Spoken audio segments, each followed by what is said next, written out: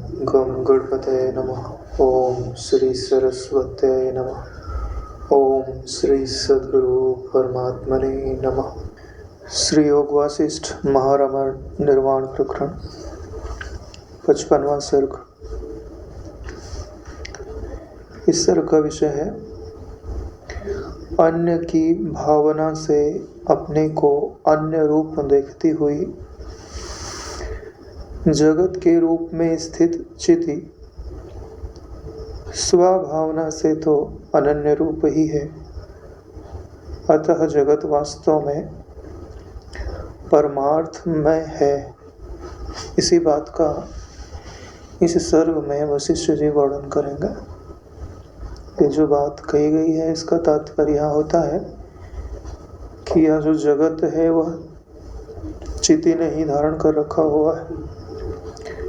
जब उसमें अन्यत्व की भावना होती है तब उसमें अन्यता दिखाई देती है, और जब उसमें स्वस्वरूप की भावना होती है तो जगत शांत होकर के अपना स्वरूप ही अपने अनुभव में प्रकाशित होता है। बोले चिति का अर्थ हमारे अनुभव में आए ऐसा कुछ बताइए। तो बोले चिति का ही एक रूप आपका मन बुद्धि अंतःकरण, यानी मन बुद्धि चित्त और अहंकार, ये जो चारों चीज़ें आपके भीतर में आती हैं वो सब चिति रूप ही आप जानिए। जो शुद्ध संबित है वही चिति शब्द से कही जाती है, जो आपके अंतःकरण में अनुभव में आती है। अगर सभी अंतःकरणों को मिला दिया जाए तो वही चिति शब्द से कहा जाता है। महाराज वशिष्ठ जी ने कहा, हे राघव, उत्पत्ति विनाश ग्रहण त्याग स्थूल सूक्ष्म चर अचर आदि से युक्त ये जगत सृष्टि के आदि में पहले ही उत्पन्न नहीं हुए हैं, क्योंकि इनको पैदा करने वाला कोई कारण उस समय रहता ही नहीं है। इसका तात्पर्य हुआ कि ये जो चीज़ें हमको सृष्टि में दिखाई देती हैं कि कुछ वस्तु बन रही है, कुछ वस्तुएं नष्ट हो रही हैं, किसी का ग्रहण हो रहा है, किसी का त्याग हो रहा है। कुछ चीज़ें स्थूल दिखाई देती हैं, कुछ चीज़ें सूक्ष्म दिखाई देती हैं। जो हमारी दृष्टि के अंदर आ जाते हैं उनको हम स्थूल बोलते हैं, जो दृष्टि के अंदर नहीं आ पाते, जिन्हें हम देख नहीं पाते, उन्हें हम सूक्ष्म बोलते हैं। जैसे बैक्टीरिया आदि हैं, हमको बोलते हैं कि ये सूक्ष्म है। या प्रेत आदि का जो शरीर हमारी दृष्टि में नहीं आता है उसे भी हम सूक्ष्म बोलते हैं। चर यानी जो जिनमें गति करने की सामर्थ्य होती है उन्हें चर बोलते हैं, जो स्थिर रहते हैं उन्हें अचर बोलते हैं। तो जगत में ये सारी चीज़ें अपने को दिखाई देती हैं, लेकिन ये इन चीज़ों को धारण करने वाला जो जगत है वो भी सृष्टि के आदि में, यानी जब सृष्टि का आरंभ हम मानते हैं तो भी उस समय में भी वो उत्पन्न नहीं हुआ है, क्योंकि उस समय इसको उत्पन्न करने वाला कोई कारण नहीं था। कोई वस्तु अगर उत्पन्न होती है तो हमें विचार करना चाहिए कि उस वस्तु के उत्पन्न होने का कारण क्या है। अगर कारण सच्चा है तो वस्तु भी सच्ची होगी, लेकिन अगर कारण झूठा है तो वस्तु भी झूठी होगी। तो इसका तो कोई कारण ही नहीं है। तो इसका मतलब क्या समझना चाहिए कि उत्पन्न ही नहीं हुआ। तो फिर भी बोल रहे हैं कि दिखाई तो देता है। तो बोले जो उत्पन्न नहीं हुआ हो और दिखाई देता है उसी को भ्रम कहते हैं। आकार के बिना चिति तत्व कहीं पर भी कारण रूप नहीं हो सकता, यानी अगर साकार वस्तु है तो उसका कारण भी साकार होना चाहिए। तो जो चिति तत्व है वो निराकार है ना, तो साकार जगत का कारण कैसे हो सकता है। उदाहरण देते हुए कहते हैं, जैसे साकार वृक्षों को साकार बीज उत्पन्न करता है, वैसे ही साकार स्वात्मा ही मूर्त पदार्थों को उत्पन्न कर सकता है, परंतु वह आत्मा तो साकार नहीं है, क्योंकि जो साकार वस्तु होती है वो परिचिन्न होती है। अगर हम इसको बोल भी दें कि आत्मा साकार है तो क्या क्या दोष उत्पन्न हो सकता है? बोले अगर वो साकार है तो आप फिर से प्रश्न करेंगे कि वो किससे उपजा है? सीधी सी गणित है। फिर उपजा है तो किसने बनाया है? तो इस प्रश्न का कहीं अंत नहीं आएगा। और वह वस्तु साकार वस्तु कभी पूर्ण नहीं हो सकती, इस सीमा में आ गई ना। और जिसने उस साकार वस्तु को देखा होगा वो उससे बड़ा होगा। कितने सारे दोष आ गए, अपूर्ण हो गई, जड़ हो गई, क्योंकि कोई दूसरा देखेगा तभी तो उसका वर्णन करेगा। सीमित हो गया, परिचिन्न हो गया। तो आत्मा का जो लक्षण वास्तव में श्रुति आदि में आता है या हमारे अनुभव में भी आता है, वो साकार आत्मा में कभी घटित नहीं हो सकता। इसलिए जितने तत्वज्ञानी हैं, चिति तत्व रूप वे सब अपनी आत्मा में ही सब कल्पनात्मक जगत में आत्मरूपता की निरंतर भावना करते हुए स्थित रहता है। तत्वज्ञानी के लिए बात बताई जा रही है कि अगर आप तत्वज्ञानी होना चाहते हैं तो आपको क्या करना चाहिए कि ये जो कल्पनात्मक जगत है उसमें निरंतर आत्म रूपता की भावना करते रहना चाहिए। आत्मरूपता का क्या अर्थ होता है? क्योंकि आत्मरूपता में भेद नहीं है। तो अगर आप दृश्य को देखते हुए भी अभेद भाव कर सकते हैं तो आप आत्मरूपता की भावना कर रहे हैं। यही सिद्धांत है। एक अभेद सत्ता ही तो है, उसी को देखिए विचार नेत्रों से। आकाश वृत्ति को धारण कर लीजिए और वही आकाश वृत्ति को आप अपना प्रियतम ब्रह्म स्वरूप समझ ले से, उसी से एक होकर के विचरण करिए, तो फिर धीरे धीरे आप तत्व में प्रतिष्ठित होने लगेंगे। फिर आपको कोई तत्वज्ञानी कहे या ना कहे, देखो तत्व जो शब्द होता है ना, किससे बनाया गया है? तत्व में, तत्व जो मूल धातु है उसमें त्वा प्रत्यय लगाया गया है। अभी हम पढ़ रहे थे ना, त्वा प्रत्यय और तल प्रत्यय। तो तत्व मूल धातु किसके लिए आती है? सत के लिए, कि जिसमें ये सारा जगत कल्पित है उसके लिए तत्व शब्द आता है।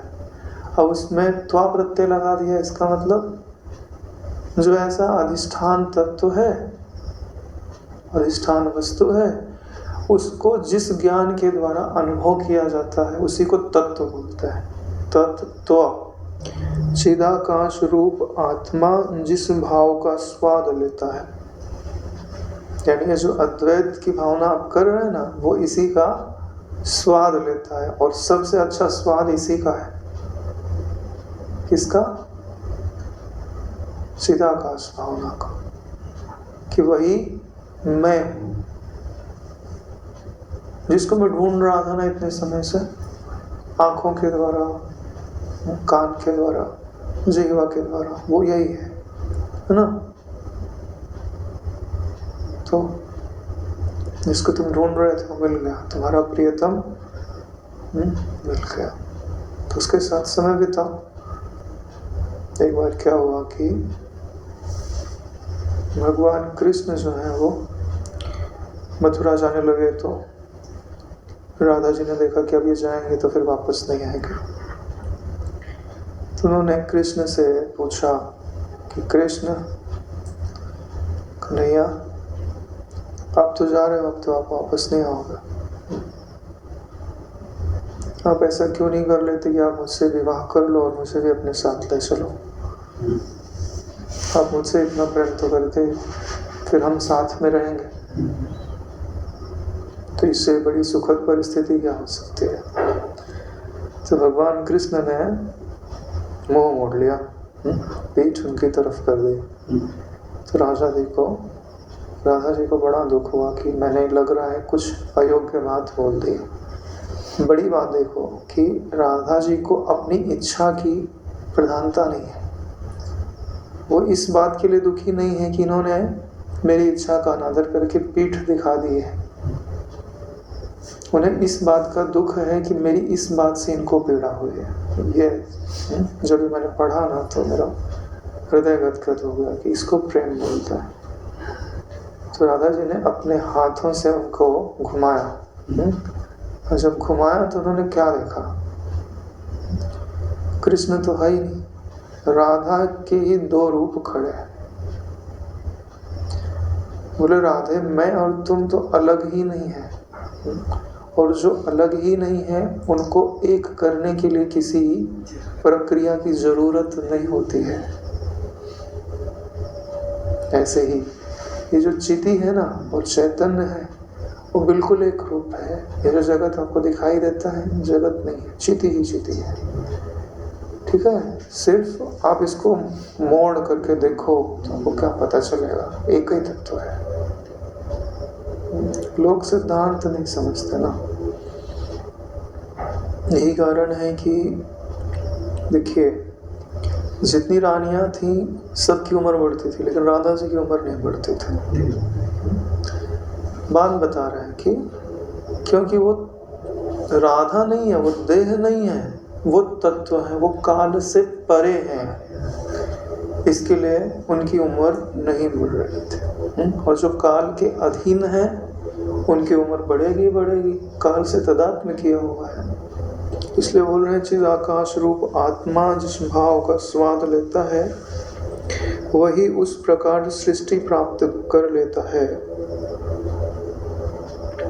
जिस प्रकार शराब की क्षुब्धता से प्रलाप द्वारा अपनी आत्मा से ही शराब पीने वाला पुरुष अपना स्वरूप प्राप्त कर लेता है। कहने का तात्पर्य है कि जैसे कोई व्यक्ति शराब पी लेता है तो अपना मूल स्वभाव भूल जाता है, फिर अनर्गल प्रलाप करना वो चालू कर देता है। जो भाव उसके सामने आ जाएगा वो उसी भाव को अधिकता से पकड़ने लग जाएगा। जैसे कोई किसी बात पे गुस्सा है तो दारू पीने के बाद वो गुस्सा कंट्रोल में नहीं रहेगा, वो गुस्से की बातें बोलते चले जाएंगे। और कोई कुछ कहानी वहानी सुना रहा है ना तो कितने रोको अब उसको, अब रुकने वाला नहीं है। जो भी भाव पकड़ेगा उसके पीछे चलता जाएगा, कंट्रोलिंग पावर जो है उसकी खत्म हो गई। ऐसे ही जब अज्ञान होता है ना अंतःकरण में, तो चिति जिस भाव को, चिति यानी यही जो आपके अंतःकरण में मन बुद्धि अहंकार आदि हैं, इन्हीं को ही अंतःकरण में वो स्फुरित चिति के रूप में समझना चाहिए। वो जिस भाव को पकड़ेगा है ना, जिस शत्रु भाव को पकड़ लेना, शत्रु भाव के पीछे ही भागा जा रहा है, अब रुकना नहीं चाहता। मित्र भाव पकड़ लिया तो मित्र भाव की तरफ। तो इसी चीज को यहाँ पे बोल रहे हैं कि जिस भाव को कल भी हमने पढ़ा हुआ था कि वो चिदाकाश रूप चिति, चिदाकाश रूप अंतःकरण में आकर के जिस भाव से रंजित होती है, वैसे अशुद्ध में अशुद्ध को, शुद्ध में शुद्ध को देखती है। वही हाल यहाँ पर भी है कि वो जिस भाव से आप रंजित होंगे आपको लगेगा कि जगत ऐसा ही है। चोर को सारा जगत चोर ही नजर आता है, सज्जन को सारा जगत सज्जन नजर आता है, दुष्ट को, कामी को लगता है कि सारे व्यक्ति कामी ही कामी है।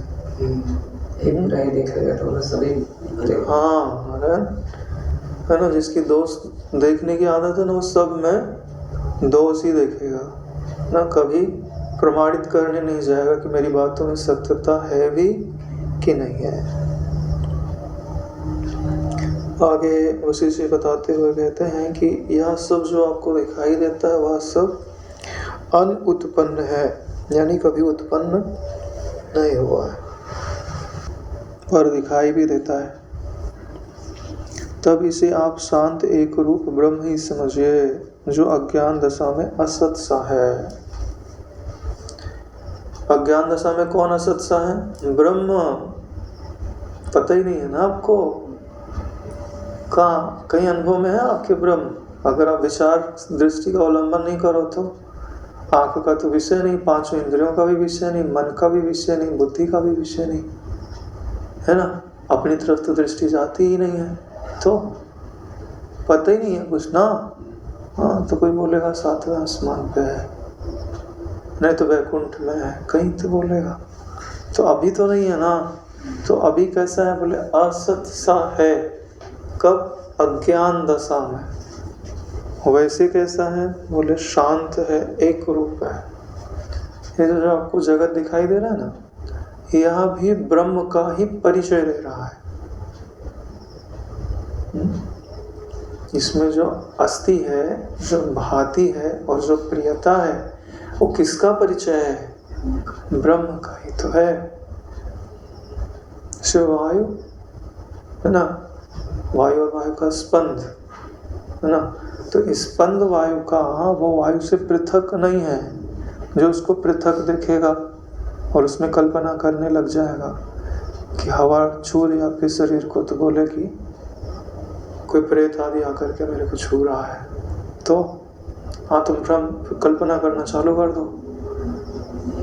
जब तुम सांस ले रहे थे, जो सांसों के साथ अंदर जा रहा था वही की वही हवा है, लेकिन बीच में आपने कल्पना डाल दी तो कुछ का कुछ आपकी मनोवृत्तियों में भाषित होने लग जाए।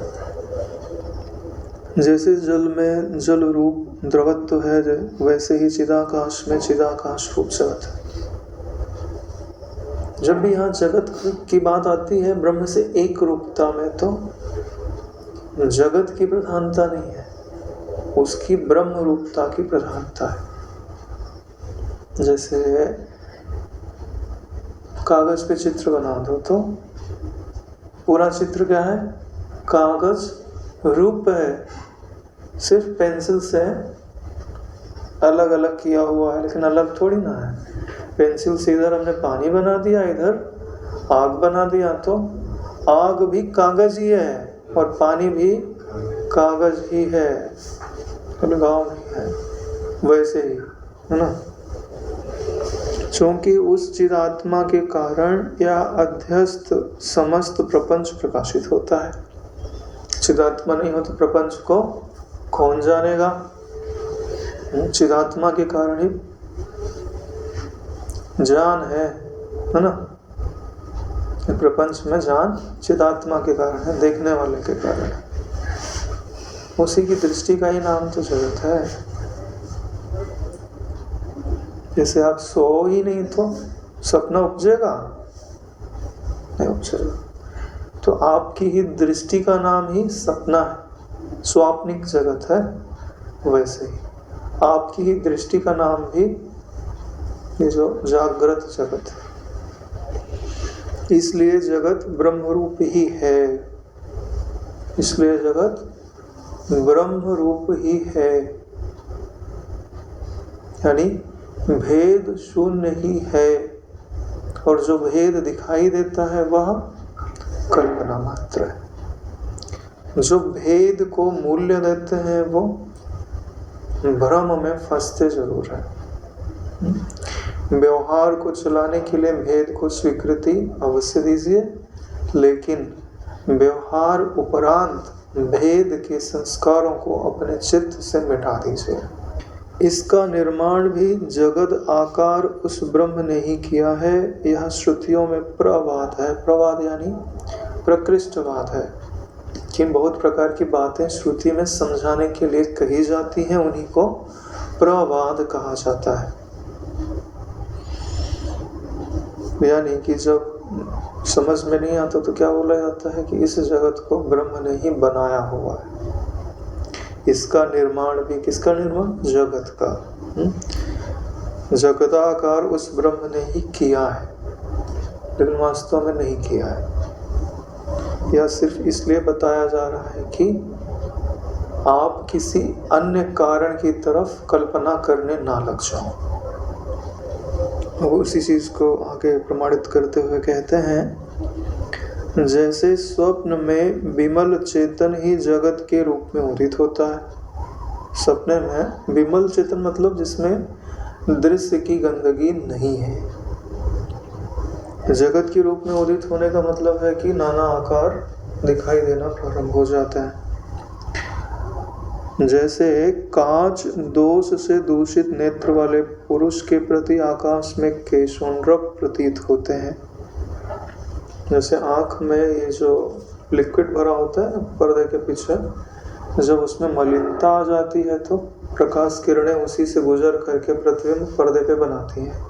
तो पर्दे पर बनने के पहले मलिनता के कारण जो प्रकाश किरणें वहां से जानी चाहिए थी वो जा नहीं पाती, रुकावट डाल देता है। तो पर्दे पे लकीरें बनने लगती हैं। तो जब आप खुले आकाश में देखेंगे तो कुछ टेढ़ी मेढ़ी लकीरें, बिंदी जो है दिखाई देने लगता है। हमारी भी आँख में है, उनको भी दिखाई देता है। तो हमने जब पढ़ा तो मैंने बोला कि यार वशिष्ठ उस समय भी ये बीमारी होती रही होगी, तो वशिष्ठ जी को भी पता है। तो इसी को बोलते हैं कि वास्तव में वो लाइन आकाश में नहीं है, हमारी आँख में है, वो भी दोष के कारण है। ऐसे ही जिस भेद को हम देख रहे हैं वह भेद ब्रह्म में नहीं है, हमारी दृष्टि में। वैसे ही सृष्टि रूप से भावित चिदाकाश में इस तरह का विचित्र सा आदि रूप जगत प्रकाशित होता है। ठीक वैसे ही चिदाकाश में यह जो भावना रूप जगत है, इसी को लिखा हुआ है भावित, यानी भावना किया हुआ है। भावना किया हुआ का मतलब संकल्प रूप है। ब्रह्मा जी ने संकल्प कर दिया तो वैसा ही दिखाई दे रहा है। जैसे स्वप्न में जगत चिति रूप कांच का प्रकाश ही है,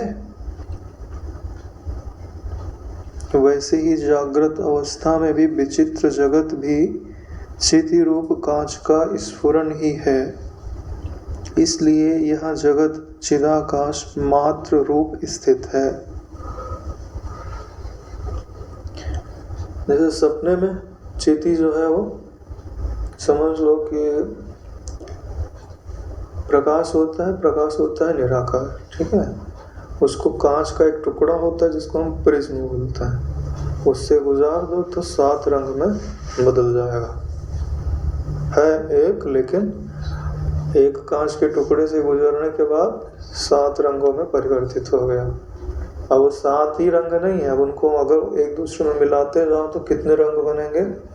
तो ऐसे ही चिति तो एक ही है, संकल्प रूप स्वापनिक संकल्प रूप प्रिज्म से गुजारा तो नानात्व रूपी रंग दिखाई देने लग गए। तो चाहे स्वापनिक संस्कार हो चाहे जागृतिक संस्कार रूपी प्रिज्म हो, उनसे गुजरने पर चिति स्वाप्निक जगत या जागृत जगत के रूप में स्फुरित होती ही है। यही अर्थ यहाँ पे दिखाई देता है। लेकिन वास्तव में वो 7 रंग उस प्रिज्म के कारण, कांच के कारण है। उसको हटा लो तो कोई रंग नहीं है, कोई नानात्व तो नहीं है, एक ही है। सबसे पहले प्रवृत्त हुए हिरण्यगर्भ की सृष्टि में जो चिति का स्वप्न है, ब्रह्मा जी की बात आ गई। सबसे पहले प्रवृत्त हुए हिरण्यगर्भ ने ब्रह्मा जी की सृष्टि में जो चिति का स्वप्न है, जो उसमें यानी ब्रह्मा जी का जो मन स्वप्न देख रहा है वह जागृत सबसे कहा जाता है। उनका सपना हमारे लिए जागृत है। प्रबल रात्रि में प्रवृत्त स्वाव्यष्टि अंतःकरण मात्र के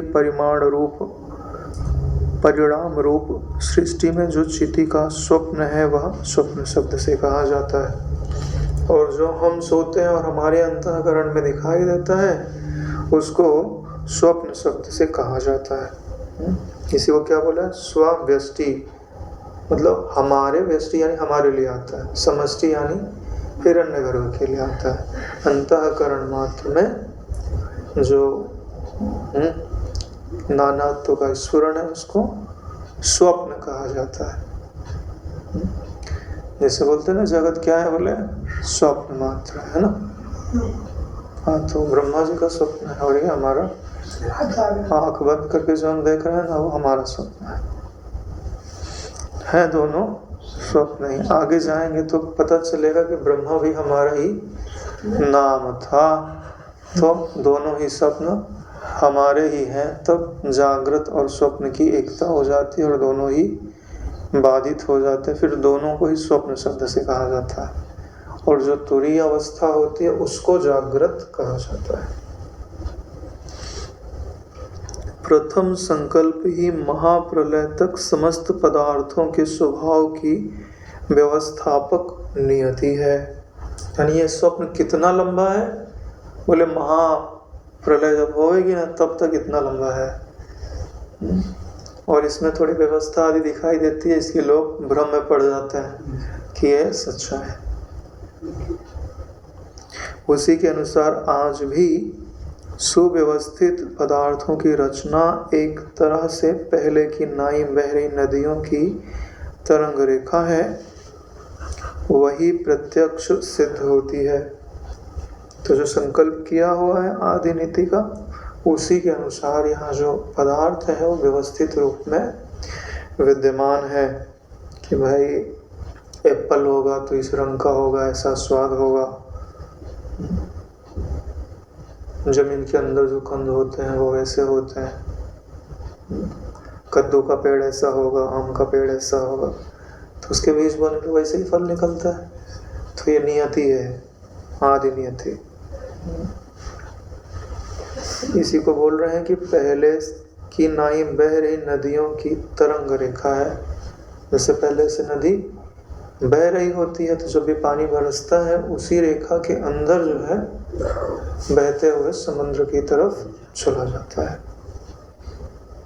ऐसे ही जो उन्होंने पहले से रेखाएं खींच दी हैं वैसे ही चित्त संबित उदित होती है तो उसी रेखा में बहती हुई चलती है। तो हमको लगता है कि ये उसी नियम का पालन कर रही है, लेकिन उसी नियम का पालन नहीं कर रही है। वो तो कहीं से भी बह सकती थी, लेकिन संकल्प के कारण नदी रूप लाइन खींच दी गई तो उसमें बह रही है। फिर सृष्टि होगी तो कोई पहले इधर से जाएगा तो उसने उधर से खींच देगा तो उधर से जाएगी। यानी जो पदार्थ होते हैं ना उनका जो स्वभाव होता है वो आदि नीति तय करती है। जो सतयुग के नियम थे वो कलयुग में थोड़ी है। जैसे जल तरंगों की शोभा ही नदियों की रचना को प्राप्त हुई है, यानी नदियों की सत्ता जल तरंग शोभा की सत्ता से पृथक नहीं है। यानी जल है तो नदी है, कहने का मुख्य तात्पर्य यही है। वैसे ही चिदाकाश के भीतर विद्यमान चिति रूप बीज सत्ता ही सृष्टि रूपता को प्राप्त हो गई है। यानी सृष्टि की सत्ता चिति सत्ता से अतिरिक्त नहीं है, यह तात्पर्य है। चिदाकाश के भीतर विद्यमान चिति रूप बीज सत्ता ही सृष्टि रूपता को प्राप्त हो गई है। कुछ चीजें ठीक से समझ लीजिए क्योंकि ये आपको कंफ्यूज नहीं करें। एक तो एक समझ लीजिए कि चिदाकाश और चिति रूपता दो अलग अलग चीजें नहीं है, एक ही चीज है। जैसे पुरुष और पुरुष की सामर्थ्य अलग अलग नहीं होती, फूल और फूल की सुगंध अलग अलग नहीं होती, ऐसे ही ब्रह्म और ब्रह्म की सामर्थ्य अलग अलग नहीं होती। तो जो चिति है ना वो ब्रह्म की सामर्थ्य है या ब्रह्म का स्वभाव है। ठीक है। अब इसमें सृष्टि का कोई बीजत्व नहीं है। फिर भी यहाँ क्या लिखा हुआ है, बीज सत्ता ही सृष्टि रूपता को प्राप्त हो गई है। तो यहाँ जो बीज सत्ता लिखा हुआ है वह आपको समझाने के लिए बताया जा रहा है कि जो ये नानात्व तो आपको दिखाई देता है यह चिति में ही रखा हुआ है। भी कैसे रखा हुआ, मतलब बीज की तरह रखा हुआ है। जैसे बीज में हर चीज निराकार रूप में स्थित रहती है और समय आने पे साकार हो जाती है। ऐसे ही चींटी में सामर्थ्य है दृश्य को निराकार रूप में रखने का और फिर साकार बना देने का। बोले कल तो आप इसी बात का खंडन कर रहे थे, आज आप इसी बात को बोल रहे हो। तो हमने वहाँ खंडन इस बात के लिए किया था कि अगर आप इस जगत को सत्य मानते हो तो जब आप इस जगत को माइक मानो तो वो चिति में निवास करता ही करता है। जैसे तुम्हारे मन में पूरी दुनिया निवास करती है।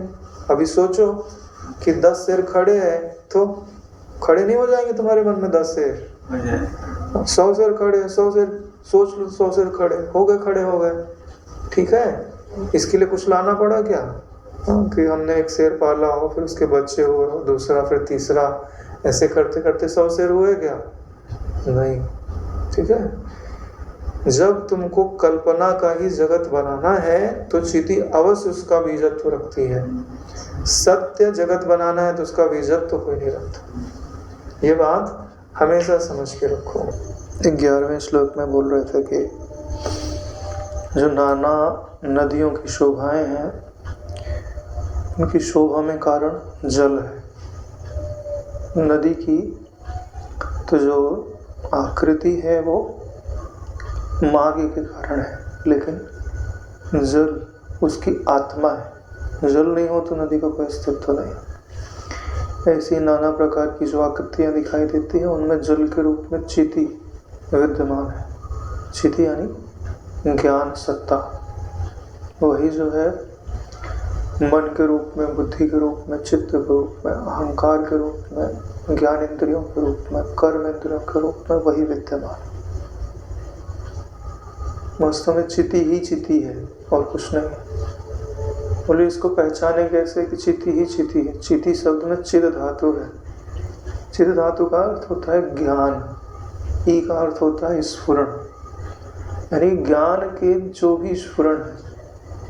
स्फुरण का अर्थ होता है ज्ञान का नाम रूपात्मक होना। क्योंकि स्फुरण है या नहीं है कैसे पता चलेगा? जब उसमें कुछ आकृति बनेगी, कुछ अनुभव में आवेगा, तभी तो पता चलेगा। तो पता कैसे चलेगा? यानी ईक्षण है, इसका मतलब है कि कुछ न कुछ अनुभव में अवश्य आ रहा है। इसके लिए जो भी चीज़ें आपको अनुभव में आ रही, चाहे स्थूल हो, चाहे सूक्ष्म हो, चाहे जो भी हो, चाहे विद्यात्मक हो, चाहे अविद्यात्मक हो, वो सब ज्ञान में है तभी पता चल रही है। और ज्ञान में है तो कैसी है? बोले ज्ञान रूप ही है, अभी तो अनुभव में आ रहा है। अज्ञान रूप होती तो अनुभव में आता नहीं, आता ना। इसके लिए जो भी आपको नानात्व अनुभव में आ रहा है वो सब के रूप में ज्ञान ही अनुभव में आ रहा है। उसमें जो नानात्व की भ्रांति है उसका कारण अज्ञान है। उस अज्ञान की निवृत्ति पर आपको यह पता चलता है कि भले भेद दिखाई दे रहे हैं लेकिन भेदों के रूप में एक चींटी ही चींटी है। जैसे गंगा नदी की आकृति अलग हो सकती है, यमुना नदी की अलग हो सकती है। देखेंगे मैप पे तो सबकी आकृतियाँ अलग अलग, सब में जल तत्व तो एक का एक। तो ये जो जगत को है ब्रह्म से अभिन्न बताया जाता है। तो कई बार अगर हम इसको ब्रह्म से अभिन्न मानने लग गए तो जगत में तो देखा जाता है कि आकृतियाँ बनती भी हैं तो मिटती भी हैं। तो उसमें कोई बोले कि अगर सभी ब्रह्म है तो थोड़ा तादात्म्य करके बोल लिया कि भाई मेरी मृत्यु हो जाएगी तब तो मेरे को बड़ा भारी दुख होगा, जबकि ब्रह्म तो सुख रूप है और आप तो बोलते हो कि सब ब्रह्म रूप है, ब्रह्म से अभिन्न है, तो मुझे हर दशा में सुख की प्राप्ति होनी चाहिए, दुख की प्राप्ति क्यों होती है? अगर वो ऐसा प्रश्न करता है तो उसी के लिए 12वां श्लोक लिखा हुआ है। यदि मृत व्यक्ति की आत्यांतिक असत्ता मान ली जाए, यानी कोई व्यक्ति मर गया तो अब प्रश्न हो सकता है कि उसको दुख मिल रहा होगा। तो बोलते हैं कि अगर आप उसे मृतक ही मान लेते हो इसका मतलब है कि मरने के उपरांत वो है नहीं, असत्ता है उसकी। हाँ, तो जिसकी असत्ता है तो उसको दुख कैसे हो सकता है? यहाँ भले उसने उल्टे सीधे कर्म किए हों, लेकिन अगर तुम्हारी यहाँ मान्यता है कि मरने के उपरांत उसकी असत्ता है, यानी वो है ही नहीं, तो दुख का तो प्रश्न ही नहीं होता है। तो इसीलिए आगे कहते हैं कि तो भी ब्रह्म आनंद की सत्ता के ही व्यक्ति और व्यक्ति नाश की सत्ता के रूप से अवशिष्ट होने से सुषुप्ति अवस्था में प्रसिद्ध निरतिशय आनंद रूप सुख ही उसे प्राप्त हुआ।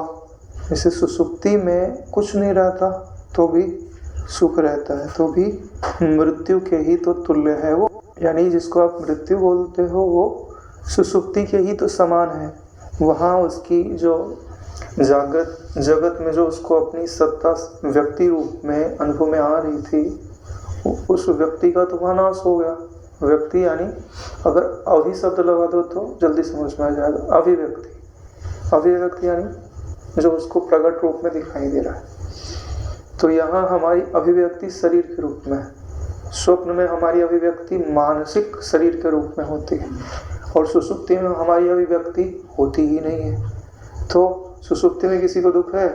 पापी को दुख है, पुण्यात्मा को है, सब बराबर एक जैसा। तो अगर मृत्यु होने के उपरांत अगर ऐसा मान लिया जाता है कि उसकी सत्ता नहीं है, यानी व्यक्त सत्ता ही नहीं है, यानी कोई परलोक आदि में नहीं गया, फिर से उसको कुछ भास नहीं रहा है, तो क्या अनुभव में आएगा?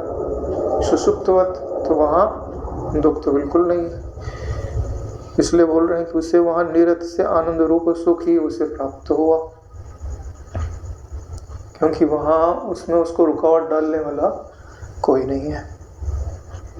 मर जाने के बाद फिर जो देहादि रूप संसार प्राप्त होता है, यानी अगर फिर से उसे संसार प्राप्त होता है, या इस जन्म में हो गया, यहाँ धरती पर फिर से जन्म हो गया, या लोकांतर में कहीं संसार प्राप्त हो जाए, तो उसके लिए भी बोलते हैं कि वह उसका नवीन संसार सुख भी ब्रह्म सुख रूप ही है। तब तो जो उसका खोया था वो फिर से उसको प्राप्त हो गया, और वह भी तो ब्रह्म रूप ही है। अब उसको दुख के लिए तो कोई कारण नहीं है, इसलिए बोल रहे हैं कि वह सुख भी वो ब्रह्म रूप ही है।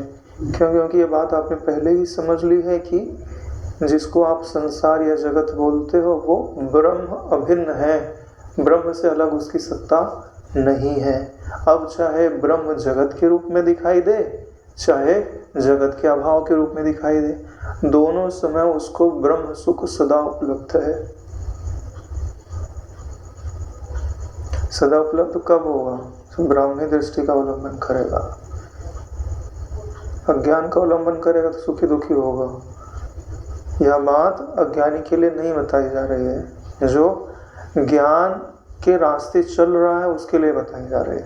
यानी वो प्रयत्न पूर्वक अपनी दृष्टि में ब्रह्म को स्थान देगा। उसकी दृष्टि व्यक्ति पे नहीं रहेगी, किस पे रहेगी? व्यक्ति के प्रकाशक पर, या व्यक्ति जिसमें भास रहा है उसमें। जिस निर्विषय आकाश में सारे व्यक्ति भास रहे ना, वो उसकी दृष्टि उस पर रहती है। इसके लिए जिस पे उसकी दृष्टि है उसका कभी अभाव नहीं है। कभी कभी बैठ के जो है ना परमात्मा को अपने पास अनुभव करने का प्रयास करना चाहिए। कल सत्संग आया था ना शायद, हाँ, तो मैं यहाँ टहल रहा था तो मैंने सोचा यार कोई तो है नहीं, तो फिर ख्याल आया कि भाई कोई तो नहीं है, ऐसे कैसे हो सकता है? कण कण में मेरा प्रियतम तो विद्यमान ही है। तो मैंने बोला कि फिर क्या किया जाए, तो मैंने बोला अब इनसे बात क्या करते हैं। तो थोड़ी देर मैंने उनसे बात की, तो हृदय में जिस शांति का अनुभव होने लगता है इस निर्विषय परमात्मा से बात करने पर, तो वही प्रेम है जो उसको एक दिन प्रकट कर देता है, आकार लेने पर बाध्य कर देता है। क्या नाम था उनका जो कृष्ण का टोपा खरीदने वाले थे? अहमद। तो वो कृष्ण भगवान की उपासना थोड़ी करते थे, नहीं, लेकिन उस तत्व से प्रेम इतना अधिक है ना कि वो ईश्वर प्रकट होने को बाध्य है। उसको भी तो कोई मिलने वाला चाहिए, बात करने वाला चाहिए। फिर मैंने अपना मुंह खोला कि मैंने बोला कि आप आकाश रूप में विद्यमान हो, तो अब आकाश रूप में मेरे भीतर प्रवेश कर जाओ। मतलब प्रवेश ही है, लेकिन वृत्ति पे आरूढ़ करने के लिए ऐसा कहा जाता है। तो मैंने ऐसे मुंह खोला, ऐसा लगा कि पूरा जो आकाश तत्व है वो मुंह से पूरा सिर के अंदर, आंखों में, पूरे सिर में, गले में, हाथ में, पेट में, पाँव में घुलता जा रहा है। थोड़ी देर में ऐसा अनुभव में आने लग गया कि हर कोशिकाओं में वह ब्रह्म तत्व ज्यों का त्यों व्याप गया। अब धीरे धीरे वो जितनी कोशिकाएं हैं ना, उनके चारों तरफ व्यापता जा रहा है और वो शरीर की हर कोशिकाओं को अपने भीतर समाहित करते जा रहा है। और जब बाहर का आकाश तत्व उससे एक रस होते जा रहा है। धीरे धीरे ऐसे लगने लगा कि शरीर का में जो वजन है वो पूरा खत्म हो गया। एकदम हल्का फुल्का, कल्पना मात्र ही शरीर जो है यहाँ से वहाँ चल रहा है। इसमें अगर थोड़ी और प्रगाढ़ता कर दो तो ब्रह्म, हाँ, फिर शरीर का कोई महत्व नहीं रह जाता है। तो ये ब्रह्माकार वृत्ति बनाने के सहज तरीके हैं। अपना जो पृथक अस्तित्व है ना, उसको मिटाने के तरीके हैं। ये चर्चा इसलिए कर रहे हैं क्योंकि तत्व से ज़्यादा तो लोगों को इस चीज़ों से सीखने को मिलता है कि हम अनुसंधान कैसे करते हैं, हम उसका प्रयोग कैसे करते हैं। तो ये जो बात चल रही है ना कि जगत है तो भी वो उसकी दृष्टि आकाश पे ही टिकी है, और नहीं है तो फिर कोई दिक्कत ही नहीं है। परेशानी तो तब थी जब विक्षेप करने वाला है, या तो बाहर है या तो मन में है। बाहर है तो भी आकाश तत्व पे दृष्टि है, निर्विषय तत्व पे, और मन में है तो भी। आँख बंद करे को भी दिखाई देना तो आकृति के पीछे मत भागो। आकृति जिस आकाश में है ना, वो वही मैं हूँ। ये आकृति तो कितना ही कूद, कितना ही बदल, कब तक बदलेगी, कब तक आएगी जाएगी, शांत हो जाएगी थोड़ी देर में। बड़ी चीज क्या है? जो निर्विषय तत्व है उससे एकता। पहले तो उसको विषय करो अपनी वृत्ति पे, फिर उससे इतना प्रेम करो कि उसके और आपके बीच में कोई वस्तु ना आए। फिर बोलो कि यही मैं हूँ। अपना अहंकार उसमें परिवर्तित कर दो। धीरे धीरे आपका बल बढ़ने लग जाएगा। तो एक दिन जब आप ब्रह्माकार वृत्ति को बढ़ाना चाहते हो तो फिर शरीर को बिठाओ और फिर अपनी वृत्ति को फैलाओ। शरीर से बाहर निकलो, शरीर को देखो कि जमीन पे बैठा हुआ है। फिर उठाओ, फिर पूरे मकान को देखो कि ये पूरा मकान है, उसमें एक शरीर जो है बैठा हुआ है। यानी अपनी वृत्ति से, ये वृत्ति के अंदर, देह के अंदर जो अपनी वृत्ति है उसको निकालो, वृत्ति के अंदर देह को डालो। अभी क्या होता है हमारे लिए, हमको ऐसा लगता है कि हमारे मन, शरीर के अंदर कहीं मन है, उसमें कहीं वृत्ति है। इसका उल्टा, मन के भीतर शरीर है, मन की किसी एक वृत्ति में ही शरीर है। फिर मन के भीतर एक शरीर को डालो, एक मकान को पूरा देखो, फिर शांत कर दो। फिर जब ये प्रगाढ़ होने लगे तो फिर धीरे धीरे बढ़ाते जाओ रेंज। एक दिन इतना रेंज बढ़ाओ कि पूरी पृथ्वी जो है तुम्हारी दृष्टि के अंदर आ जाए। जिस दिन पूरी पृथ्वी आ जाएगी ना, उस दिन तुम्हारी शांति को भंग करने वाला जल्दी मिलने वाला नहीं है। शांति को भंग करोगे तुम अपनी बेवकूफ़ी से ही करोगे, बाकी दूसरा कोई भंग नहीं करने वाला है। क्योंकि देख लिया ना तुमने कि ये पूरी पृथ्वी जिस आकाश में रखी हुई है वो मैं हूँ, प्रत्यक्ष। अब इसमें कोई दो राय थोड़ी ना है। अरे भाई, तुम मन के अंदर कोई पेड़ देखते हो तो तुम्हारे मन के अंदर है ना, तुम्हारे मन के अंदर है तो तुम्हारे अंदर हुआ ना। तो फिर ऐसे ही जब तुम यहाँ देख लोगे कि पूरी पृथ्वी जो है वो मेरी चित्तवृत्ति के अंदर है, तो हस्त मलकत अनुभव हो रहा है ना। यथैव आदर्श मध्यस्थे रूपे अंतः परितः सह तथैव अस्मिन् शरीरे अंतः परितः परमेश्वरा, आत्मेश्वरा, परमेश्वरा क्या, मेरा ही ईश्वर, मैं ही हूँ। जैसे दर्पण के भीतर बाहर सब, भाई दर्पण में कुछ दिख रहा है, जैसे दर्पण के अंदर एप्पल दिख रहा है, तो एप्पल के चारों तरफ जो भी दिख रहा है वो क्या है, दर्पण। तो वहाँ वस्तुएं भले दिखाई दे रही, वस्तुएं नहीं है, दर्पण ही दर्पण है। ऐसे ही तुम ही तुम हो, ये दीवार नहीं है, ये व्यक्ति नहीं है, ये तो ब्रह्म रूपी उपाधि के कारण दिखाई दे रहा। तो ऐसी वृत्ति को ब्रह्माकार बनाते हैं ना। ब्रह्माकार का मतलब होता है विशाल बनाना, जिसके अंदर पूरा ब्रह्मांड आ जाए। इसी दृष्टि को क्या बोलते हैं, विष्णु दृष्टि। विष्टते इति विष्णु, जो अपनी दृष्टि में पूरे ब्रह्मांड को समेट के रखता है, उसी को तो विष्णु बोलते हैं। तो उसकी वृत्ति में मतलब उसके अंदर है ना, सब जगह ओतप्रोत है ना। ओतप्रोत कहने के लिए बोला जाता है, ठोस अचल। जब ऐसी दृष्टि हो गई तो फिर काहे का विक्षेप, है ना। एक चीज समझ लो, अपने मन को तुम कुछ मत गिनो, ठीक है। अगर वो हंसाना चाहता है ना तुमको, तो बोलना चल हट, नहीं हंसना मेरे को, तू कौन होता है हंसाने वाला। रुलाना चाहता है ना, बोल चल हट, तेरा मेरे से क्या संबंध है ना। किसी की निंदा करना चाहता, चल हट, क्यों सुनूं मैं तेरे को। दूसरे को नहीं, अपने मन को। अगर तुमने मूल्य देना बंद कर दिया ना, तो नारायण प्रसन्नता तुम्हारा स्वभाव हो जाएगी। जैसे आपने हाथ रख दिया यहाँ पे, ये मन जब तक मैं अनुमति नहीं दूँ ना, ये हाथ यहाँ से हटना नहीं चाहिए। इसी को बोलते हैं आत्मवश्यई विधे आत्मा प्रसादम अधिगच्छति। लोग प्रसन्नता खोजते हैं ना, कि हम इतनी भक्ति करते हैं लेकिन हमारा मन प्रसन्न नहीं रहता।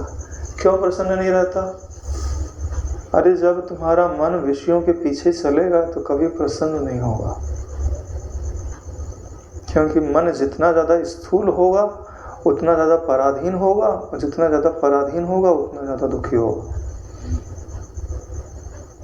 जितना ज़्यादा सूक्ष्म होगा उतना ही व्यापक होगा, उतना ही आत्मा के नज़दीक होगा, उतना ही उसमें सुख होगा। और बड़े सूक्ष्म कब होता है? जब मन के अनुसार नहीं घटता है तब वो सूक्ष्म होता है, और जब मन के अनुसार घटता है तब वो स्थूल होता है। इसके लिए तुम्हारा मन बोल रहा है ना कि फरियाद करनी चाहिए, तो चलो टाइम नहीं मेरे पास, मुझे अद्वैत ज्ञान से फुर्सत नहीं है कि मैं तुम्हारी बक सुनूं, है ना। अपने मन को मना करना आना चाहिए। अगर आप नहीं मना कर पाओगे तो अमृत भी दे दिया जाएगा ना आपके हाथ में, तो आपके मुंह तक नहीं जाने देगा आपका मन आपको। ये जो आप महापुरुषों के दर्शन करने जाते हो, उनका सत्संग सुनते हो, किस लिए? उन्होंने मन को जीता हुआ है। मन को जीता हुआ है, इसके लिए ही तो आप जाते हो कि भाई उनके अंदर जो सद्गुण है हमारे भीतर आने लगे, है ना। जैसे अखंडानंद जी एक प्रसंग सुनाया करते थे कि एक संत थे, वो निकलते थे तो एक वैश्या रहती थी। जब उसके द्वार के सामने से गुजरे तो बोलती थी, महाराज कच्चे हैं कि पक्के हैं। जीवन भर उन्होंने उत्तर नहीं दिया।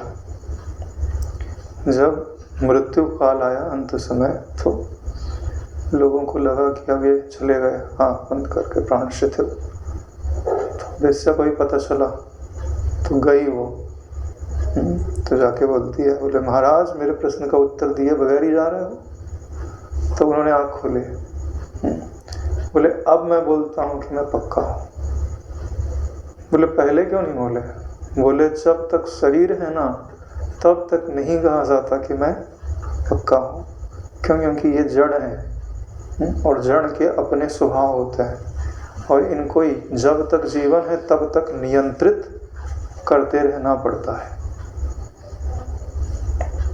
तो ये बात बताई जा रही है कि आप अगर अपने आप को ऊंची अवस्था में अनुभव भी करते हैं तो भी आपको सजगता तो रखना अनिवार्य है। आप जी बताते हैं कि अगर हम एक दिन एक आसन कम कर दें तो अगले दिन मन बोलता है कि आज 2 आसन कम कर देते हैं। क्यों? क्योंकि मन जड़ है ना, जड़ वस्तुएं जड़ता का धर्म स्वीकार करना चाहते हैं। जड़ का क्या धर्म होता है कि अगर ढलान है ना तो नीचे की तरफ गिरेगा। वृत्ति का जो स्फुरण है ना वो ढलान ही है। आत्म तत्व है ना कूटस्थ, वृत्ति का स्फुरण हुआ मतलब ऊपर से नीचे आया, तो यानी जड़ का क्या धर्म है? ऊपर से नीचे आना। नीचे से ऊपर कौन उठाता है? विचार उठाता है, पुरुषार्थ। विचार, चर माने होता है चलना। विचर मतलब उल्टी दिशा में चलना। और उल्टी दिशा के लिए जिस ज्ञान का आप सहारा लेते हो, जिस मनन का आप सहारा लेते हो, उसी को विचार बोलते हैं। विचार का अर्थ सिर्फ उधेड़ बुन करके कुछ निकाल लेना नहीं, विपरीत दिशा में चलना भी है। ऐसा नहीं है कि तुम सब कुछ निकाल के वहीं के वहीं छोड़ दिए, नहीं। स्वरूप की ओर गति होना अनिवार्य है। आगे कहते हैं, इसलिए सुख सत्ता के अतिरिक्त किसी की सत्ता न रहने से भय की प्राप्ति नहीं हो सकती। जिसको तुम सुख सत्ता बोलते हो ना, वही ये निर्विषय सत्ता है, यही सुख सत्ता है। और ये चेतन है नारायण, है ना। ये अभी जो जीवा बोल रही है उसके चारों तरफ वही व्याप्त है ना। नाक जो श्वास जा रही है उसके अंदर वही निर्विषय तत्व, आंख में वही, रक्त में वही, हृदय में वही। किस रूप में? ब्रह्म सुख के रूप में। बोलते ना जीवाग्रे वर्तते नित्यम ब्रह्म रूपा सरस्वती। हाँ, तो यही सरस्वती है जो जीवा पर विराजमान है। अगर आपको क्या बोलता है, सारस्वती मंत्र का जप करते हैं तो वो जो अपन गुरु पूनम पे मंत्र नहीं जपते, वो वाला मंत्र पढ़ के जीभ पे भावना से ह्रीम लिख दिया करिए, जीभ पे, ठीक है ना। क्या पता कौन सी पुण्य घड़ी चल रही है, अपने को तो पता ही नहीं है ना। कब माता सरस्वती अपने जीवा पे निवास करने लग जाओ है। हालांकि निवास तो करे रही है, अपने को तो पता ही चल गया, निर्विषय तत्व है जीव, तो उसमें आज है कल नहीं है। हमने पहचान तो लिया, आप प्रार्थना करके बोलो कि भाई हमने आपको पहचान लिया, अब छुपने से कोई फायदा नहीं है। ये खेल तो इसी का तो चल रहा है। हाँ, तो जब तुम बोलने लग जाओ कि हमने पहचान लिया, प्रकट हो जाओ, तो उनको प्रकट होना चाहिए क्योंकि तुमने पहचान लिया है।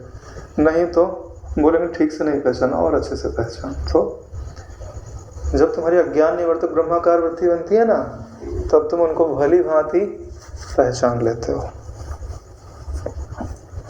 आगे कहते हैं, मर जाने वाले व्यक्ति को कुकर्म जनित नरक प्राप्ति की संभावना से भय क्यों नहीं होगा? यानी कि उसने जीवन भर कुकर्म किए, अब उसको डर लग रहा है कि नरक मिलेगा, वहां दुख मिलेगा। तो इसके उत्तर के लिए कहते हैं, कुकर्मों के कारण नरक आदि का जो भय है वह तो यहाँ जीने वाले को और परलोक में मरने वाले को समान ही है। यानी यहाँ जो जी रहा है ना, कुकर्म करेगा तो भय तो होगा ना, यहाँ भी सजा मिलती है। किसी के टांग तोड़ दोगे तो वो भी तो तोड़ेगा तुम्हारी, नहीं तो पुलिस केस करेगा, पुलिस पकड़ के ले जाएगी, उसकी सजा मिलेगी। यहाँ नहीं मिलती तो यम के यहाँ सजा मिलेगी। तो अगर तुम कुकर्म करते हो तो दंड तो मिलेगा ही मिलेगा। तो ये जो बात बोली जा रही है कि ब्रह्म सुख तो सदा उपलब्ध है, तो फिर उसको सुख कहाँ उपलब्ध है? नरक आदि दुख और जीवन की ब्रह्म सुख सत्ता से अतिरिक्त भिन्न सत्ता न होने के कारण दुख की स्थिति भी सुख सत्ता से ही है, इसलिए उसमें विशेष भेद नहीं है। अतः सभी के मरण और जन्म समान सुख वाले हैं। देखो, यहाँ जो सुख बोला जाता है ना, वो सत्ता के रूप में बोला जाता है। किसके रूप में बोला जाता है? सत्ता के रूप में विद्यमान है। लेकिन अब कोई मुख में नमक ही रख ले हुए, तो अब वो शक्कर के घर में भी रह रहा हो तो उसको उससे फायदा तो है नहीं, है ना। अब आदमी कुकर्म क्यों करता है? वासना की प्रधानता से ना, यानी वह जो वस्तु नहीं है उसको है मान करके और उसको पाने के लिए अनर्गल, यानी कि जिस शास्त्रों ने इसका विधान नहीं किया है, निषिद्ध आचरण करता है, तो सुख के अभाव का क्या नाम है? दुख। उसे दुख के भाव की भ्रांति हो रही है वो सुख में, लेकिन उसको सुख का फायदा नहीं है। इसलिए बोल रहे हैं कि सभी के लिए मरण और जन्म समान सुख वाले हैं, लेकिन अब ये उन पर निर्भर करता है कि वो सुख का अनुभव करेंगे कि नहीं करेंगे। भले ही मरण हो या भले ही जन्म हो, इन दोनों की जो वासनाएं हैं, यानी उनकी सूक्ष्म रूप से विद्यमान जो सत्ता है, वह ब्रह्म सुख ही है, ब्रह्म सुख रूप ही है। यानी चाहे जन्म हो रहा हो चाहे मरण हो रहा हो। देखो, जो ज्ञानी की दृष्टि है वो देखो, ज्ञानी कैसा देखता है? मेरा जन्म हो रहा है ऐसा देखता है क्या? नहीं देखता। मेरा मृत्यु हो रहा है ऐसा देखता है क्या? नहीं। उसकी दृष्टि में जन्म होना या मरण होना ये उसका दृश्य मात्र है, यानी टीवी में हो रहा है, चित्त में घटित हो रहा है ना। तो चित्त में जो चीज घटनाएं घटित हो रही हैं उससे मुझको क्या, मैं तो सदैव ब्रह्म सुख में निमग्न हूं या ब्रह्म सुख रूप ही हूं, तो उसको क्यों दुख होने लग गया?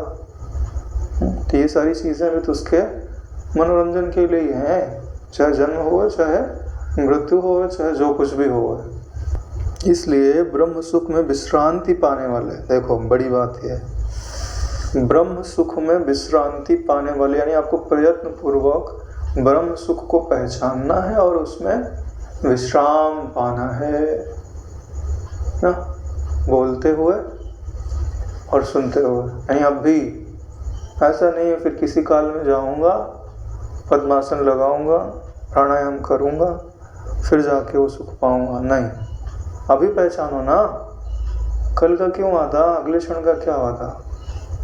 अगर अब भी तुम उसको 1% भी ले पा रहे हो तो हो सकता है कि उस समय तुम 10% ले लो, 20% ले लो, लेकिन अगर आप अब भी बिल्कुल खाली हो तो आपके मन का भरोसा नहीं है कि वहाँ पर भी आप उसको प्राप्त कर ले रहे हो।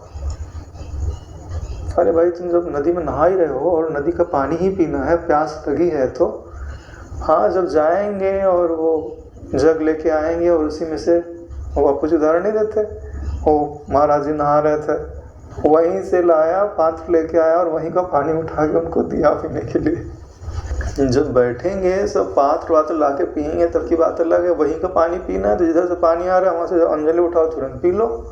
करना क्या है ना, स्मृति ही तो है। देखो ये सब स्मृति ही है। अभी जीवा से आवाज़ निकल रही है, लेकिन निश्चय क्या है, एक आकाशवत निर्मल है ना, स्वच्छ चिदाकाश तत्व इस शरीर के बाहर भीतर एक जैसा विद्यमान है ना, और वही मैं हूँ। ये कलेवर मैं नहीं, ना मैं देखने वाला, मैं ना सुनने वाला, कर्ता भोक्ता सब महेश्वर है ना, चिति रूपी महादेवी है ना। ऐसे ही निश्चय है ना। हाँ, तो कितनी सुखदायक क्षण है, इससे ज़्यादा सुखदायक और क्या हो सकता है। अगर वृत्ति पकड़ नहीं पा रही है तो थोड़ी सूक्ष्मता की जरूरत है, अभ्यास की जरूरत है। इसलिए ब्रह्म सुख में विश्रांति पाने वाले जो धीर वीर हैं वह अंदर से शीतल आत्मा है, यह कहा जाता है। वो भीतर से क्या है, शीतल आत्मा। उनमें ताप नहीं है, उनमें ताप नहीं है। लेकिन ये जो मन रूपी देवता है ना, कभी कभार प्रमाद करते हैं, तो ताप का अनुभव किसको होता है, मन रूपी देवता को होता है। हाँ, तो मन को भी समझ में आना चाहिए ना कि मैं कहाँ गया था, है ना। आग जो है वो खेलने की वस्तु नहीं होती है ना, उसको नियम के अनुसार उससे भोजन पका लिया जाता है। जब ये संसार से सुख लेने के लिए जाता है, दुखी भी होता है और दुखी होना भी चाहिए, तभी तो उसको समझ में आएगा कि गलत जगह गया था। तो हमारा जो स्वरूप है ना वो शीतल है। अब उसमें मन प्रमाद करके कभी सुखी हो जावे कभी दुखी हो जावे, बाद की बात है। लेकिन हमारी बुद्धि प्रमाद नहीं करनी चाहिए, ठीक है। शीतल आत्मा को शीतल आत्मा एक बार पहचान लिया ना तो बुद्धि प्रमाद नहीं करती। इसीलिए बोलते हैं कि किसी ने प्रश्न किया कि ज्ञानी को विक्षेप होता है कि नहीं होता है। तो ये बात चल रही थी तो बहुत सारे लोगों ने अपने अपने मत रखे हैं। किसी ने बोला भाई ये जब जगत बाधित हो गया तो ज्ञानी के लिए तो कोई विक्षेप का कारण ही नहीं रह गया, तो फिर उसको तो कोई विक्षेप नहीं होता है। मेरे मन में बात आई, अखंडानंद जी ने बोला हुआ है, उन्होंने बोला हुआ है कि विक्षेप का अर्थ तुम क्या समझते हो पहले ये समझ लिया जाए। क्योंकि देखिए दो शक्तियाँ होती हैं, एक आवरण शक्ति, एक विक्षेप शक्ति। तो ये जो आपको नानात्व तो दिखाई देता है ना, ये विक्षेप के कारण दिखाई देता है। चाहे तुमको बाधित दिखाई दे चाहे अबाधित दिखाई दे, जब भी दिखाई देगा तब मन होगा कि नहीं होगा? मन होगा नारायण, तभी तो दिखाई देगा। और मन उत्पन्न कब होता है? स्फुरण होगा तब तो उत्पन्न होगा। यानी विक्षेप तो है, पहले विक्षेप में सत्यता हो कि नहीं हो, वो बात की बात है। यानी अगर आपको दिख रहा है तो इसका मतलब आपको स्वीकार करना पड़ेगा कि विक्षेप है ना। पहली बात हो गई। अब तो ये सामान्य विक्षेप की बात हो गई। दूसरा विक्षेप क्या होता है? दूसरा विक्षेप होता है कि हम में सुखात्मक या दुखात्मक वृत्तियां बन जाएं, ठीक है। तो यह विक्षेप माना जाता है, ठीक है। जैसे गर्मी आई तो गर्मी लगने लग गई, अभी पंखा चलाओ, तो गर्मी ने विक्षेप नहीं किया ना नारायण। तो आप कैसे कहते हो कि विक्षेप नहीं है? भूख लग गई, भोजन चाहिए, तो अरे भाई वृत्तियों के अंदर भोजन की मांग उठी कि नहीं उठी? तो भोजन की मांग रूप तरंग आपके चित्त में बन रही है कि नहीं बन रही? विक्षेप है कि नहीं है? कैसे कहते हो कि विक्षेप नहीं है? कौन सा विक्षेप नहीं है? अज्ञानात्मक विक्षेप नहीं है, निर्वाहात्मक विक्षेप तो है ही है। मैं दुखी हूं ऐसा कभी सिर नहीं पीटेगा। हाँ, कभी ऐसा हो सकता है कि दुखात्मक वृत्तियां गुजर रही हो। मैं अपनी दृष्टि की बात कर रहा हूँ, बाकी क्या पता कोई पदार्थ भावनी में हो तो उसका अपने को पता नहीं है।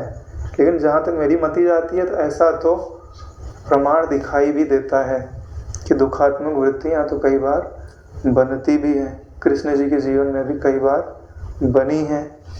तीनों तो ऊपर दिखता होगा तो नहीं होगा ना। बात बता रहे ना, धैर्य रखिए थोड़ा, है ना। यही बात मैं आपको बता रहा हूँ कि बुद्धि का निश्चय कभी विक्षेपित नहीं होता। ये जो आपको बोला जाता है ना कि ऊपर ऊपर से कर रहे हैं, इसका मतलब क्या समझते हो आप? हाँ, ऊपर ऊपर कौन है? अंतःकरण ही तो ऊपर है। तो वास्तव में तो सभी ऊपर ऊपर से व्यवहार कर रहे हैं। ज्ञानी के लिए कोई अलग कैटेगरी नहीं है। सिर्फ ज्ञानी को पता है कि अंतःकरण कर रहा है, और जिसको नहीं पता है वो ऊपर सब। अरे भीतर में तो सभी अकर्ता है ना नारायण। जिसको तुम बोलते हो कि ये पिक्चर में नाटक कर रहा है, उसका क्या मतलब होता है? कि उसको पता है कि शरीर अंतःकरण नाटक कर रहा है और मैं अलग हूँ, इतना ही तो है। ऊपर ऊपर से का क्या मतलब होता है? ऊपर ऊपर से का ही मतलब होता है कि अंतःकरण से हो रहा है, आत्मा से, यानी अपना मैं अलग है। केवल उन्होंने अपना मैं अलग किया हुआ। तो जब भीष्म पितामह जी सैया में पड़े थे तो उस समय कृष्ण जी की आंखों में आंसू थे। तो जो दिखाई देता है ना, उसमें ये सारी बातें स्वीकार करनी पड़ती हैं। और तत्व दृष्टि से तो कहीं विक्षेप नाम की चीज़ ही नहीं है। वो जो निर्विषय तत्व है वो कब हंसेगा, कब रोएगा, कब आंसू बहाएगा। तो विक्षेप का जो प्रश्न बनता है वो किस दृष्टि से पूछा जाता है? अंतःकरण दृष्टि से, है ना। तो उसके लिए ये सारे प्रश्नों के ये सारे उत्तर उसके लिए दिए जा सकते हैं। स्वरूप तो सबका ही अचल है और उसका निश्चय है कि मैं वही हूँ, इसमें रंच मात्र उसका विक्षेप नहीं है। और उसकी बुद्धि के निश्चय में भी विक्षेप नहीं है। लेकिन हो सकता है कि मन में कभी थोड़ा बहुत विक्षेप आ सकता है, यथा काल परिस्थिति वश, ठीक है। ऐसा मेरी मति है। और ज़्यादा ही निमग्न रहने लग जाए, व्यवहार आदि कम होते जाए, तो मन में भी विक्षेप नहीवत होते रहता है। लेकिन फिर उससे संसार का कोई ज़्यादा भला होने वाला नहीं है। अगर वो कार्य करेगा तो मन में विक्षेप तो आएगा ही आएगा, भले वो अल्पकाल के लिए हो। जैसे पानी पे लकीर हो, लेकिन पानी पे लकीर बनी तो पानी को हिलाया कि नहीं हिलाया, भले तुरंत उसने मेकअप कर लिया, शांत हो गया, बात की बात है। और बिना लकीर बने तो व्यवहार बनना संभव नहीं है। भाई चोरी जो है, चोर जो है चोरी कर रहा है, तो तुम पहचानोगे तो देखिए चोर है, चोरी कर रहा है, ये कर्म करने योग्य नहीं है, इसको मना करना चाहिए। कि तुम करने दोगे, वृत्ति नहीं बनने दोगे, वृत्ति तो बनेगी ना नारायण। आगे कहते हैं जितने प्रकार के भिन्न भिन्न ज्ञान होते हैं उनका अस्त हो जाने पर, देखो जितने प्रकार के भिन्न भिन्न ज्ञान होते हैं उनका अस्त हो जाने पर, ये जो भिन्न भिन्न ज्ञान है ना, अब ये व्यक्ति आए वो भी भिन्न ज्ञान है, जब इनका अस्त हो जाता है पुरुष को जो एक रूप ज्ञान उत्पन्न होता है। एक रूप ज्ञान क्या है? यह जो निर्विशेष चैतन्य तत्व है ना, वह एक रूप ज्ञान है, कभी बदलते नहीं है। जैसे भी व्यक्ति आया और चला गया तो उसका ज्ञान आया गया हो गया, लेकिन जो निर्विशेष तत्व है वो, उसका ज्ञान कभी बदलेगा, वही है। ये आकृति तो आई गई हो गई। इसलिए बोल रहे हैं कि एक रूप ज्ञान उत्पन्न होता है। कब? जब ये ज्ञान अस्त हो जाता है। अस्त होने का मतलब समझ रहे हो? इससे हमने ध्यान हटा लिया, या इसको हमने प्रतीति मात्र जान के इस पे ध्यान देना बंद कर दिया। रंच मात्र, व्यवहार मात्र ही ध्यान है, कोई मूल्य नहीं है इनका। हम मूल्य किसको देते हैं? जिससे हमको प्रयोजन होता है। जैसे तुम ऑफिस गए काम करने का, तुम्हारा प्रयोजन नहीं, तुम्हारा प्रयोजन पैसा है। तुम्हारे मन में घूमेगा क्या कि कब मेरे को सैलरी मिलेगी, कितनी मिलेगी, कैसे बढ़ेगी। यहाँ जो कार्य करना था वो कर लिया, उसमें फायदा नुकसान मालिक देखे, वो तुम्हारा प्रयोजन नहीं। तुम्हारा प्रयोजन धन है, तो तुम धन का चिंतन करोगे, उसका थोड़ी चिंतन करोगे किसका बन रहा है कि बिगड़ रहा है। हाँ, ऊपर ऊपर से हो गया, लेकिन खुद दुकान होगा तो फायदा नुकसान में तो ध्यान रहेगा ना। अरे नारायण, जो बात समझाने के लिए बोली जा रही है वो समझना है, क्योंकि जब हम दृष्टांत देते हैं ना, तो दृष्टांत देने का एक उद्देश्य होता है कि ये बात समझाने के लिए वो बात बोली जा रही है। तद्रूप ही वह बन जाता है। तो जो ज्ञान उसको अनुभव में आ रहा है ना, वैसा ही वो बन जाता है, स्वीकार कर लेता है यही मैं हूँ। इससे दृश्य पदार्थों की जो पृथक सत्ता है उसका नाश हो गया, पृथक सत्ता का नाश हो गया। जैसे अभी वो व्यक्ति आया, अब वो चिन्मय आकाश के सिवाय उसकी पृथक सत्ता है क्या? नहीं है। उसी में कभी दिखा और अभी चला गया, तो एक रूप से कौन रह गया? जो पहले से था, अभी है और बाद में भी रहेगा, एक ज्यों का त्यों वही रह गया। और जो इसका ऐसा निश्चय है कि वही मैं हूँ, उसी पुरुष को मुक्त कहा जाता है। इतना ही आसान तत्व है, ठीक है। लेकिन अब हम इसमें प्रमाद करें तो फिर अपनी गलती है नारायण। इस तरह पुरुष को जब यह ज्ञान हो जाता है कि विषयों की सत्ता त्रिकाल में है ही नहीं, जब आपकी दृष्टि पक्की हो जाएगी कि नहीं यही तत्व है, तो आपको क्या लगेगा कि जितने पदार्थ है ना पहले थे, ना अभी है, ना बाद में होंगे। क्यों? प्रतीति मात्र जो होता है ना, उसको है नहीं कहा जाता, स्मृति मात्र तो कहा जाता है। तब उसकी दृष्टि में ब्रह्म रूप से सृष्टि की पारमार्थिक सत्ता और स्वतः असत्ता बन जाती है। तो ये जो ब्रह्म रूप से पारमार्थिक सत्ता है उसका उसको बोध हो गया, तो ये जो प्रातिभाषिक सत्ता है इसकी स्वतः ही असत्ता हो जाती है, अपने आप ही निवृत्त हो जाता है। भ्रांति ही शांत निराश्रया। बोले भ्रांति शांत कब हो जाती है? जब तुम उसको बढ़ाना छोड़ देते हो, जब उसको आश्रय देना तुमने छोड़ दिया ना, तो वो शांत हो जाती है। इस भ्रांति को भी आश्रय आपने देखे रखा है नारायण। उस समय सब दृश्य का ज्ञान निर्विषयक ही उदित होता है, यानी कि जो भी दिखाई दे रहा है वो सब क्या है? बोले विषय से रहित है। इसमें जो विषय दिख रहा है ना वो केवल आभास मात्र है। जैसे पर्दे पे कार दिखाई देती है, एरोप्लेन दिखाई देता है, तो क्या है? निर्विषय रूप है, विषय नहीं है वहाँ पे। इसलिए ऐसे पुरुष में मुक्त रूपता भली भांति आ जाती है। पुरुष में तो पुरुष क्या व्यक्ति होता है, शरीर होता है? नहीं नारायण, तत्व होता है जो स्वयं चैत्य रूप अर्थात विषय रूप नहीं है, जो चिति क्रिया रूप नहीं है, जो चिति क्रिया से प्रकाशित भी नहीं होता। ऐसे ब्रह्म रूपता के साथ एक रूप बन गए तत्व ज्ञानी पुरुष परम शांति से युक्त होकर व्यवहार में विद्यमान रहते हैं। देखो, अब ऐसी बात नहीं कर रहे हैं कि वो समाधि में ही निमग्न है, विद्यमान व्यवहार में भी विद्यमान रहते हैं, लेकिन कैसे? बोले परम शांति को धारण किए हुए हैं, ब्रह्म से एक रूप हो गए हैं। और इसमें कारण क्या है? बोलते हैं कि जो चिति है ना, चिति का अर्थ हाँ प्रकृति समझ लो। ये जो आपकी मन बुद्धि चित्त अहंकार आदि है ना, सबके मन बुद्धि चित्त अहंकार आदि मिला लो, ठीक है? तो सबका मिला लोगे तो उसी को चिति बोलेंगे। अगर व्यक्ति में बोलोगे तो उसी को स्फुरन बोलेंगे। जो व्यष्टि में स्फुरन कहा जाता है वही समष्टि में चिति कहा जाता है। वास्तव में आपके स्फुरन ने ही दृश्य को धारण करके रखा है, क्योंकि दृश्य तो है ही नहीं। तुमको लगता है ना कि चिति ने पृथ्वी को धारण कर रखा है, आकाश को धारण कर रखा है। धारण वारण कुछ नहीं करके रखा है, ये उसमें प्रतीयमान है। तो बोले है कि जो चिति के अंदर क्रियाएं हैं जो उनको अपने भीतर नहीं देखता, चिति की क्रियाओं को वो प्रकाशित है, चिति की क्रियाओं से वो प्रकाशित नहीं होता। यानी मन जो कुछ भी ला करके तुमको परोसेगा उसमें तुम्हारा स्वरूप नहीं होगा, तुम नहीं होगे, तुम उसके प्रकाशों को, तुम उससे बाहर खड़े हो। जब तुमको ऐसा अनुभव होगा तब तुमको होगा कि मैं वही तत्व हूँ। आगे कहते हैं अति स्वच्छ चिदाकाश में जो चिति का निरंतर प्रकाशन होता है वही जगत शब्द से कहा जाता है। इसलिए उसमें बंधन और मुक्ति की दृष्टियां ही कैसी हैं?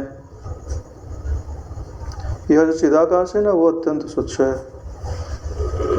उसमें जो चिति का प्रकाशन है, चिति यानी स्फुरन हो गया तो उसी को क्या कहा जाता है? जगत शब्द से कहा जाता है। तो आपको यह पहचान कर लिया आपने विचार करके कि जो कुछ भी दिखाई देता है वो चिति मात्र ही है, यानी स्फुरन मात्र ही है। और स्फुरन क्या वास्तव में सत्य है? नहीं है। स्फुरन के कारण जो भी पदार्थ दिखते हैं वो स्फुरन के समय ही हैं, ना स्फुरन के पहले है ना स्फुरन के बाद है। तो अब उसमें जो मुक्ति की या बंधन की कल्पनाएं हैं वो स्फुरन के साथ ही लीन हो जाती हैं या बाधित हो जाती हैं। अभी मन है तब तो मन के अंदर मरने की इच्छा होगी या मरने का भय होगा, जीने की इच्छा होगी। मन ही नहीं है तो खत्म हो गई ना कहानी। इसलिए तो बोलते हैं सबसे पहले अपने आप को मन से अलग कर दो, मन से असंग हो जाओ, फिर मन के धर्म तुम्हारे धर्म नहीं। तो बंधन और मुक्ति तो तुम्हारी दृश्य में ठहरी ना, उससे तुम्हारा क्या लेना देना है।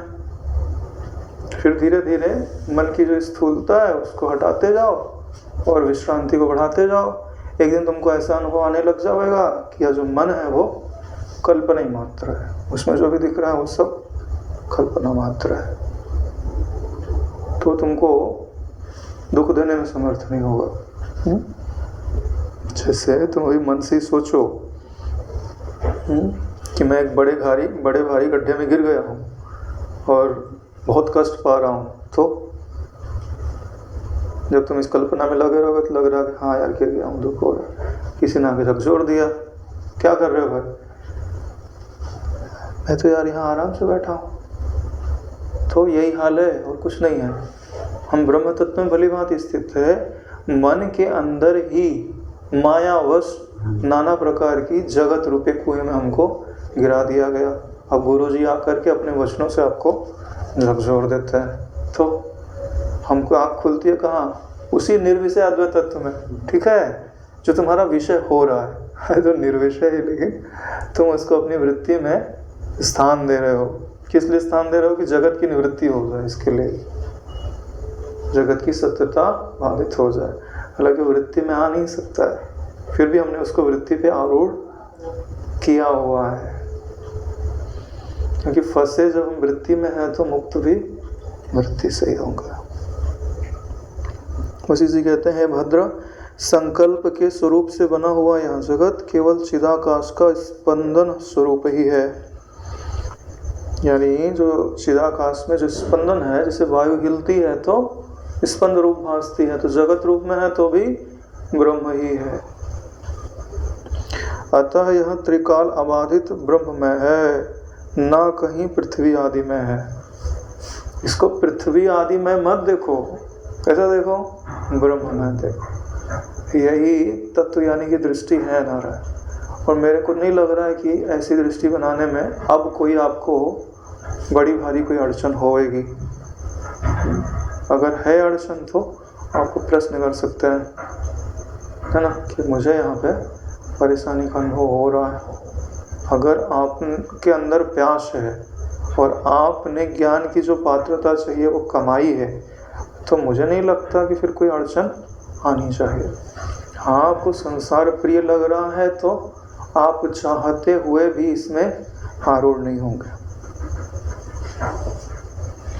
यहाँ न देश है, न काल है, न द्रव्य है, न क्रिया है, न आकाश है। क्या ज्ञान है, आकाश नहीं है। किंतु प्रतिभास रूप से ही यह सब उत्पन्न है, इसलिए सत सा प्रतीत होता है। प्रतिभास का अर्थ समझते हैं, जब मूल वस्तु का ज्ञान नहीं होता तो जो हम कल्पना करते हैं, हमारा मन कल्पना करता है, उसी को क्या बोला जाता है, प्रतिभास। प्रतिभास के लिए पहले कोई वस्तु होना जरूरी है। प्रति का अर्थ यही होता है, जब पहले कुछ होवेगा तो उसके बाद जो कल्पना उपजती है। जैसे बोलते हैं ना, हमको इस वस्तु का आभास हो रहा है, ठीक है, तो आभास हो रहा है मतलब वस्तु का ज्ञान हो रहा है।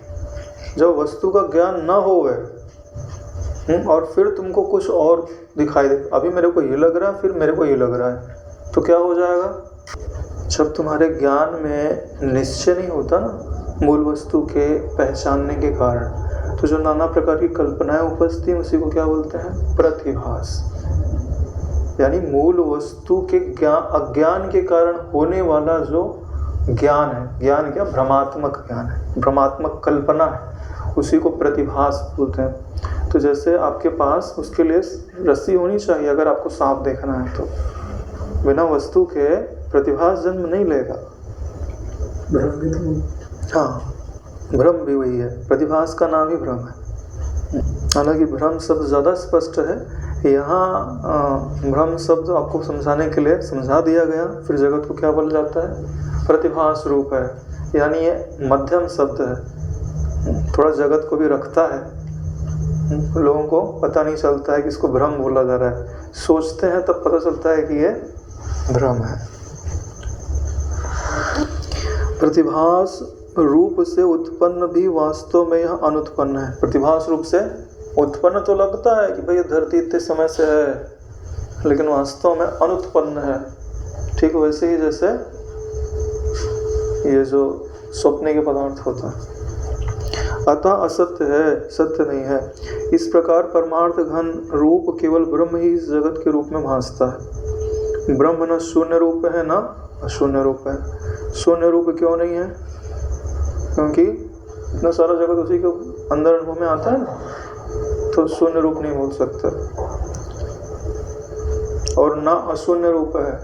अशून्य किसको बोलते हैं, जिसके अंदर कुछ होवे, तो ऐसा भी नहीं बोला जा सकता। वह आकाश से भी अत्यंत स्वच्छ है। आकाश भी उसमें पत्थर के समान स्थूल है। स्वप्न नगर के सदृश साकार होता हुए ब्रह्म चैतन्य वास्तव में निराकार है। दिखाई तो ये सारे आकार देते हैं, लेकिन वास्तव में वो निराकार है। साकार क्यों नहीं हो सकता, क्योंकि साकार में उसके लक्षण मिलते नहीं है। लेकिन साकार जीवित भी उसी निराकार वस्तु पे है। साकारम अनिरुद्धम विद्धि निराकारम तो निश्चलम एतत् तत्व उपदेश न पुनर्भव संभव। इतना ही जान लिया ना तो फिर वापस इस संसार में आना नहीं होता कि जो साकार है वो झूठा है और जो निराकार है वो सत्य है। निराकार होता हुआ भी अति भास्वर यानी प्रकाशमय है। अति स्वच्छ एकमात्र चिति स्वरूप होने के कारण अति भी स्पष्ट है। यानी जब आपको इतना ज्ञान हो गया उस तत्व के बारे में और आपने उसको अपनी वृत्ति पे आरूढ़ कर लिया तो आपको वह एकदम स्पष्ट अनुभव में अति भी स्पष्ट है। यानी वशिष्ठ जी ने कोई कसर नहीं छोड़ी और उनको भी अब यकीन होने लग गया है, विश्वास होने लग गया है कि जैसा निश्चय उस तत्व का मेरी बुद्धि में प्रतिष्ठित है वैसा आपकी भी बुद्धि में प्रतिष्ठित हो गया होगा।